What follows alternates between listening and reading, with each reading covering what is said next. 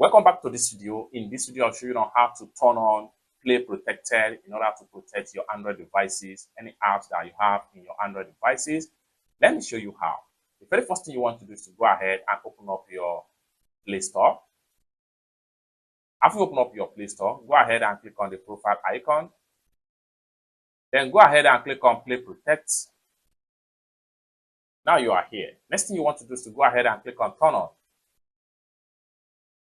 Once you turn it on, allow the scan to run completely, and it's going to scan all the apps you have on your Android devices.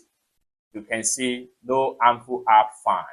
Go ahead and click on this setting right here and make sure this is turned on. It's that simple. With that, your Android devices are fully protected from virus apps. For more tutorial tips and tricks on how best to use your Android and Play Store, consider to subscribe. Thank you so much for watching, and I hope to see you in my next video. Bye for now.